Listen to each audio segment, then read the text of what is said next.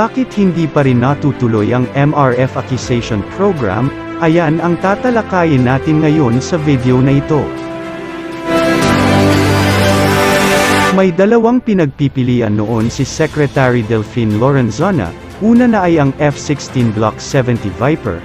Ito ang first choice ng PAF, ito rin ang dahilan kung bakit FA-50 Light Combat Aircraft ang kinuha noon ng gobyerno para may handa ang mga piloto sa F-16 Viper dahil halos pareho ito. Hindi ito natuloy dahil sa mahal ng F-16 Viper at hindi sapat ang pondong nakalaan para sa programang ito.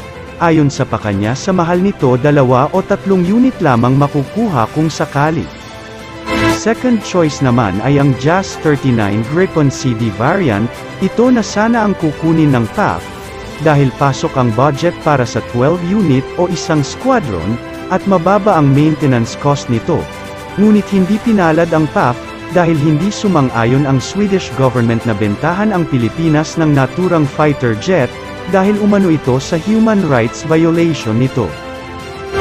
Ang napapabalitang option ngayon ng PAF, ay ang FA-50 Block 20 na inaalok ngayon ng Korea Aerospace Industry, upgraded version ito ng mga naunang FA-50 na nasa serbisyo ngayon ng PAF, dahil maaari itong lagyan ng targeting pod at may aerial refueling capability na din ito, at ang isa pa na napapabalitang option ay ang HAL Tejas na mula naman sa bansang India. Ano sa tingin nyo? Ano ba ang gusto nyong kunin ng Pilipinas na MRF? Comment down below.